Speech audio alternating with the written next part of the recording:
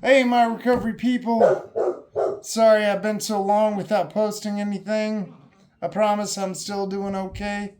It was hard after that last video I posted where I lost the girl that I was dating. That shit sucked.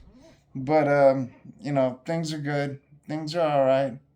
I still work as a substance abuse counselor for the uh, the main jail in this area. I don't want to say what that is because I'm not trying to dox myself. But um, anyway, I just want to kind of speak on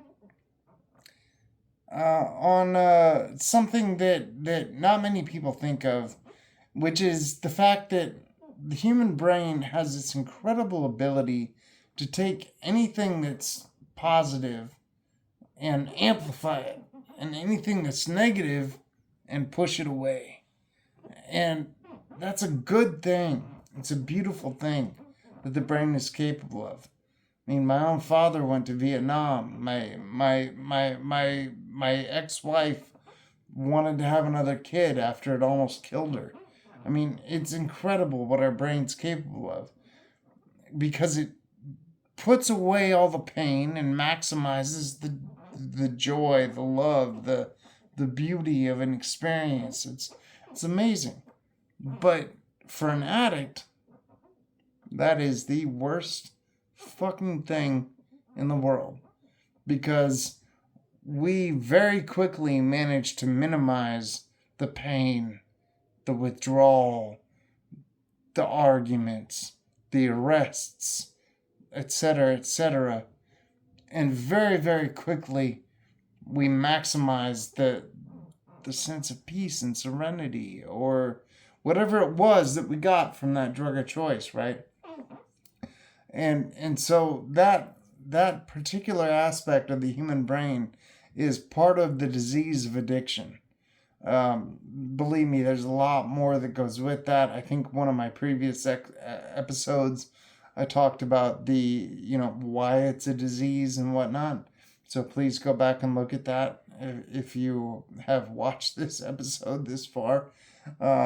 This is just me sitting in my bedroom just speaking out.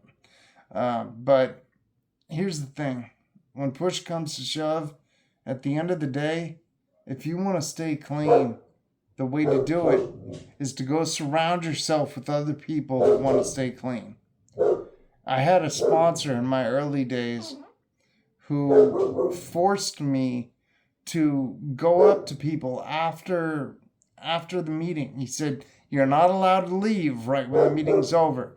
You do not get to duck out. You go out, you smoke your cigarette, whatever, you hang out, and you stay there 10 minutes. And if you hear anybody say, I'm going out for coffee or, hey man, let's go out for burritos or whatever, you go up to them and you invite yourself along." Well, I did that. It was the hardest fucking thing I've ever done. But I did that. And man, it saved my life. Because very quickly, those people, I went from being the awkward guy at the end of the table to being the one that people called to help get, the night together. And I mean, it made me, it saved me, it saved my life. So if you're new in recovery, first of all, hang the fuck on. I promise it's worth it. I promise. Second of all, go to people. I know it's uncomfortable. I know you have social anxieties. I know it hurts. But go, stay after the meeting. Listen, wait for people to say, hey, we're going out for this or that. Go up and ask them, hey, can I come with you? I promise they'll never say no. Third, just stay clean. No matter fucking what. No matter what. Because I had another sponsor once who is my second sponsor after that, actually. Um, I, I had I had to leave my house because I guess my landlord's daughter's house had burned down or some shit. This is before the 2017 fires when everything was on fire. It's before that. But I had to leave. And so I lost my place to live. And two of my best friends died from heroin overdoses that almost certainly, now that I understand things, were not heroin. It was probably fentanyl. But, it just was an incredible series of bad shit. And I went to him and I said, man, I relapsed. Here's the thing. People died. I lost my place to live, etc., etc. And what he did is he looked at me in the eyes and he said, it sounds like a lot of great excuses. I wanted to strangle that motherfucker. I was like, what? You don't understand what I've been through? And then he looked at me and he said, is your life better now? Did anything get better because you shot heroin for a couple weeks? Fact is, no, I was fucking broke. I had nothing. And now all that emotional shit was going to hit me at once because I had been pushing it off for a couple weeks. Sorry, my dog's barking in the background, but the fact is, it did nothing for me. And I love his words, and I repeat them all the time. There is no good excuse to get loaded, and there is no situation that getting loaded can't make worse. I'm going to repeat that one time, just so you all hear it. There is no situation that will be helped by getting loaded, and there is no situation that getting loaded can't make worse. Because I was fucking broke at the end of that. What'd I have? I had nothing but new track marks. Actually, I ended up having a medical situation from it because I shot into my leg and I missed. Didn't help. Definitely didn't help. Anyway, I'm getting a little bit off target, but I love y'all. I'm sorry I've been so rare about posting videos. Please comment below. Please talk about this shit. I love so much when people get into it, get into the conversation. Let's talk. And if, for God's sake, if you're struggling, first of all, call 911 if you're like at that point. But if you're just somebody who's thinking about using or anything, man, I am here for you. Talk to me. Hit up my DMs. Put something in my comment section. I will respond to you. Shit, I'll most likely, I probably shouldn't, but I'll most likely give you my phone number. I care so much about the next addict because they cared so much about me.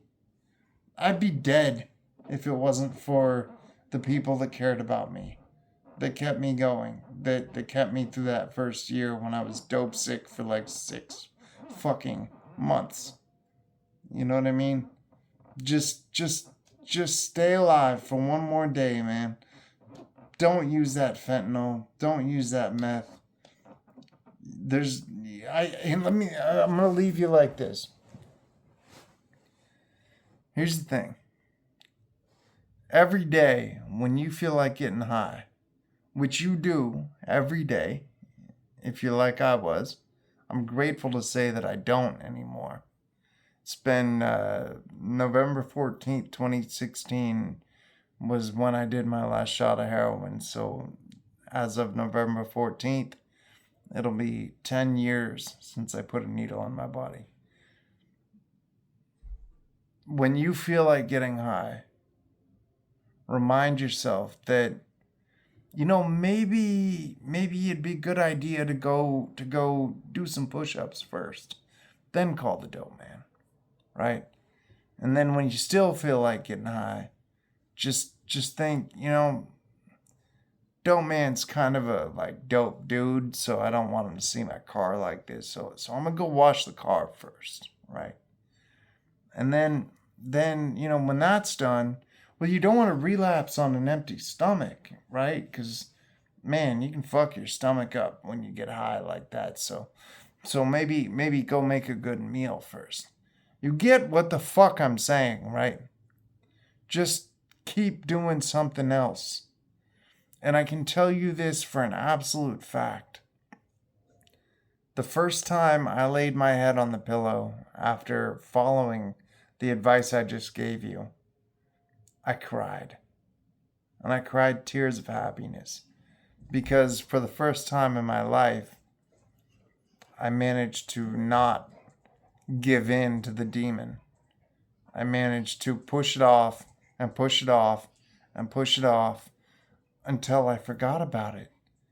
And I guarantee you there wasn't a single part of me that laid my head on that pillow and went, gee, I wish I was fucking loaded and miserable about, how I'm going to deal with living in an SLE high and all that shit. No, man. I cried because I was happy.